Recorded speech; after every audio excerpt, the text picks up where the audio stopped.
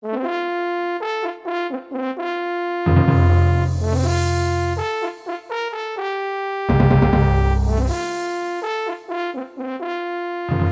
is a proud moment in the history of Wellesley-Weston Lifetime Learning, our 40th anniversary, and it's splendid that we are here in this lovely church to celebrate together. My name is Jill Strang, and I feel honoured to have been asked to welcome you all on behalf of our President, Bruce Bellison, and the Board of Directors of Lifetime Learning, and to introduce our programme this morning. We are especially pleased to welcome Peter Spears, our keynote speaker, and Claire McGurn, both from Rhodes Scholar, and also Wilma and Tom Dalton as our very special guests. Looking back to 1976, when we began, it was the vision and energy of one Wellesley couple, Bill and Harriet Green, who started it all. Both experienced teachers, Harriet at Pine Manor and Bill at MIT, the Greens in retirement saw the need for stimulating classes for seniors in the community. It's possible that they themselves were inspired by similar programs for the summer colony of Jackson, New Hampshire, where their family summered and where they probably met. While that is speculation, what we do know is that Bill, William Chase Green, to give him his full name, a graduate of Brown and Oxford universities, where he was a Rhodes Scholar, was a dynamic teacher who taught English literature for 41 years at MIT. The Chases and the Greens of Rhode Island had produced a number of educators and writers in the 19th century, men and women who were passionate about such causes as transcendentalism and the abolitionist movement. Professor Green inherited that family tradition of intellectual energy and belief in the power of a liberal education. He too was a writer, a novelist, and a poet, as well as the author of essays on literary criticism. He was also an innovator and a leader at MIT. He chaired committees, shaped a new curriculum, and won the prestigious Billard Award for outstanding service to the student community. 40 years of civilizing undergraduates only whetted his appetite for the classroom. So in retirement, he looked for an untapped audience in his community, and we are the beneficiaries. This morning, we're going to showcase different aspects of Wellesley-Weston Lifetime Learning's first 40 years and its contribution to our community. First, let me introduce Bill Stanwood, our videographer, who will show a short film he's made entitled Lifetime Learning and the Community. Bill's contribution to lifetime learning that built on the foundations laid by Shig Kondo and the invaluable help and support of Dana Volke at Wellesley Public Media is major. In retirement from a career in film, Bill exemplifies the impressive way seniors make their professional expertise freely available to lifetime learning. So this is Bill. Let's give him a round of applause.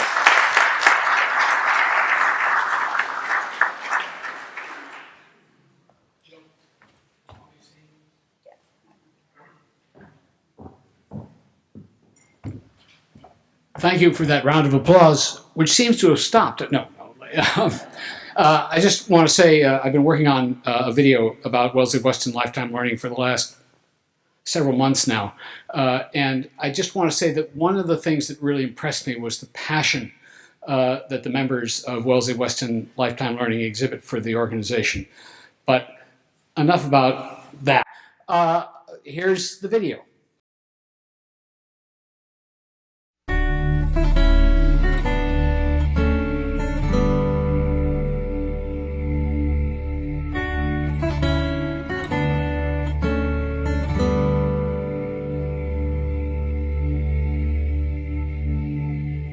Famed American educator John Dewey once proclaimed that education is not preparation for life, education is life itself.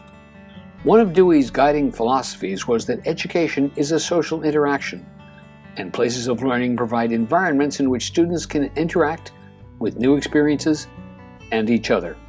This process isn't limited to educating the young, it's a lifelong interaction. This idea was reflected by Plutarch when he said that a mind is not a vessel to be filled, but a fire to be ignited.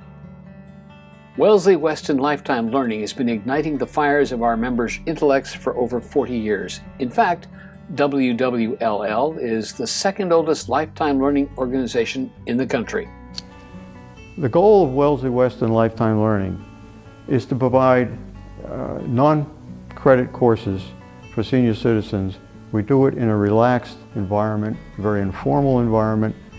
Equally important to that is the socialization aspect, to give the senior citizens an opportunity to interface and interact with each other and with the instructors. People are very much interested in pursuing topics that they either didn't have time for in school or current events.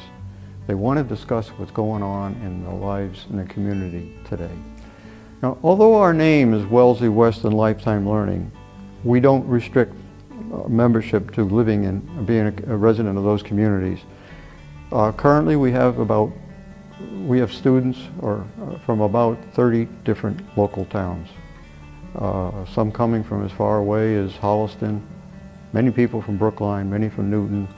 So it's always interesting to find out where and how people found out about us. And by far, the most common method is by word of mouth.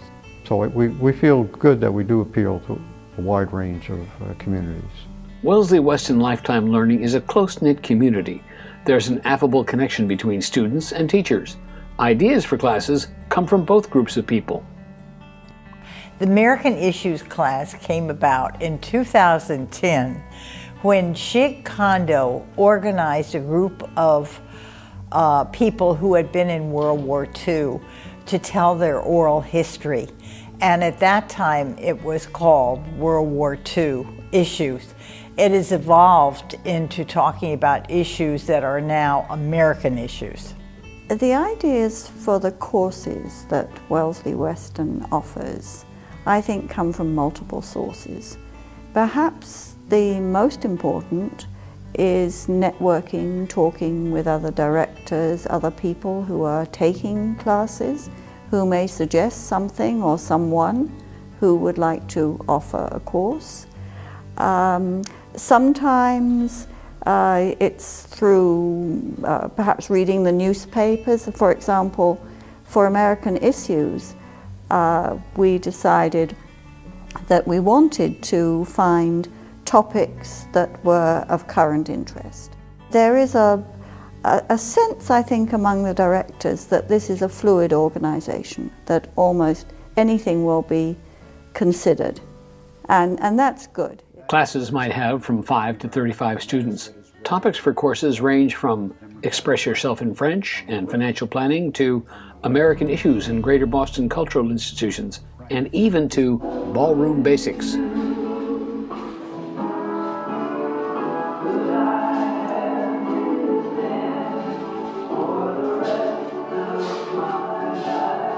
Many of the Wellesley-Weston Lifetime Learning students take multiple courses. They can see that there's a special benefit to participating in the program. My favorite class at Wellesley-Weston Lifetime Learning has been the Cultural Institutions of Greater Boston. Even though I've lived here most of my life, I've been exposed to museums and books and people that I didn't even know were around here. And I come away learning something new and very excited, and I find myself telling my friends all the time, but you won't believe what I learned today in Wellesley-Weston Lifetime Learning. I've been taking lessons here for about 3 years, and mostly in poetry and in literature to keep my mind sharp.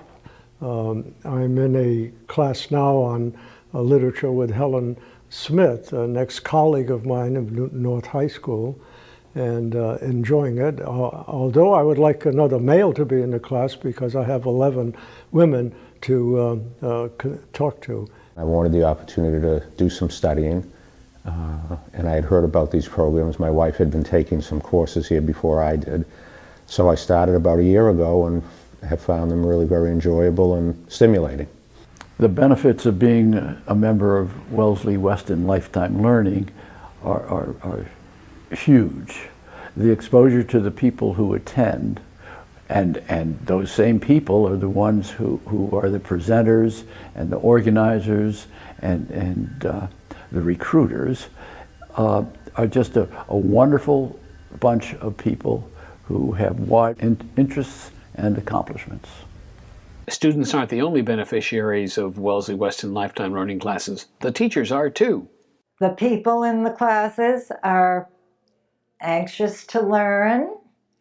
They participate very well, and so it's a joy. The interplay between the people in the class and myself I find very exciting. So it's always a nice give and take. But I get to engage weekly with a wonderful group of people who come to me already informed. They're mostly in my age group, so I don't have to fill in a lot of American history as I would with a younger audience. And I enjoy being in their company because there's so much preparation and reading involved, and that's individual. So once a week I get to do a show with an appreciative audience. As you know, WWLL engenders an engaging environment for exercising the mind, but Class Day also offers an opportunity for convivial conversation as well. Wellesley-Weston Lifetime Learning is a unique organization. Not only is it one of the oldest such organizations in the country, over 40 years old, it also has succeeded in creating a vigorous community of learners, a community of individuals who share a deep appreciation of learning from teachers and from each other. We believe that you can be proud of being part of WWLL's unique heritage as a pioneer of lifetime learning. John Dewey made a canny statement that sums up Wellesley-Weston Lifetime Learning. Education is a process of living. And for Wellesley-Weston Lifetime Learning, that means education is all about our community.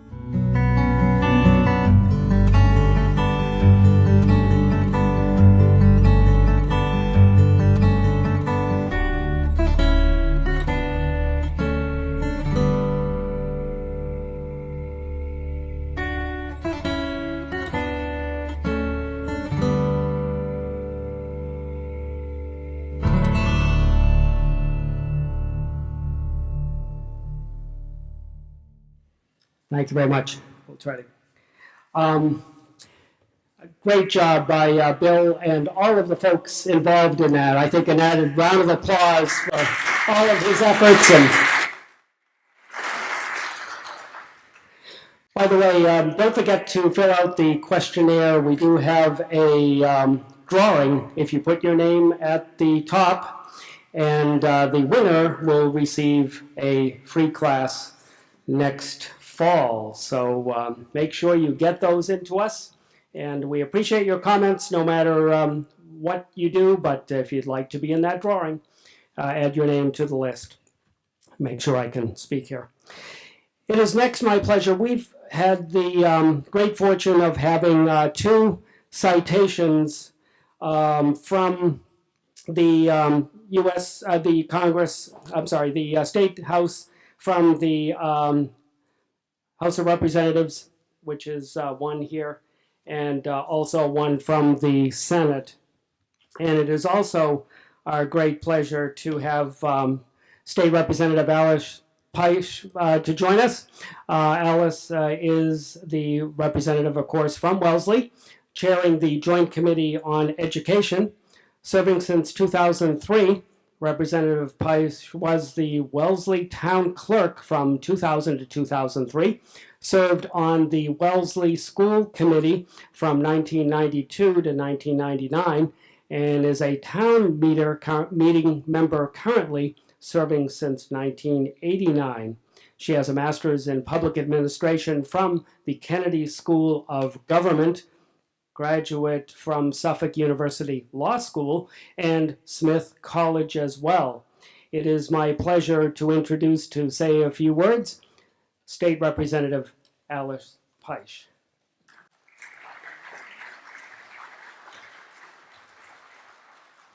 Thank you very much, Joe, for the nice introduction. I'd just like to congratulate this organization on your 40th anniversary. I look out into the audience and I see a fair number of familiar faces that I have worked with over the years. As the House Chair of the Joint Committee on Education, I spend most of my time working on educational issues, primarily for the younger ages. But one of the things that's become more and more apparent to me in the job that I have is how important education is across the board for everyone all the time. I think to the extent that we all keep ourselves well informed and educated about what's going on in the world, both in the community we live in and in the larger world, that benefits us as individuals. I heard some reference in the video, someone mentioned the importance of keeping oneself and one's mind stimulated as one grows older. I think it's also equally important for the community as a whole to have a well-educated population. So I think it's terrific that this organization has been filling this role for so long. And I suspect that as time goes on, you will see the demand for the kinds of courses and programs that you offer increase as my generation, the baby boom, begins to retire and have more free time. There'll be, I think, increased demand. So I look forward to the 50th anniversary when we see probably the room twice as full. So I'd like to thank the people on the board of directors who make this happen, and just offer on behalf of the Massachusetts House our citation congratulating the organization on all the good work that you do. Thank you very much.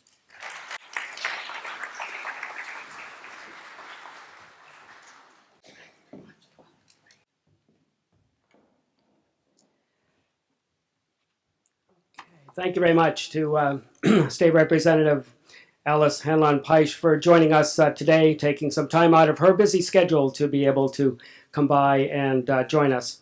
The two citations, one from the House, one from the Senate, we'll make available, so you'll be able to read that and the kind words that they have made for today, May 9th, 2016.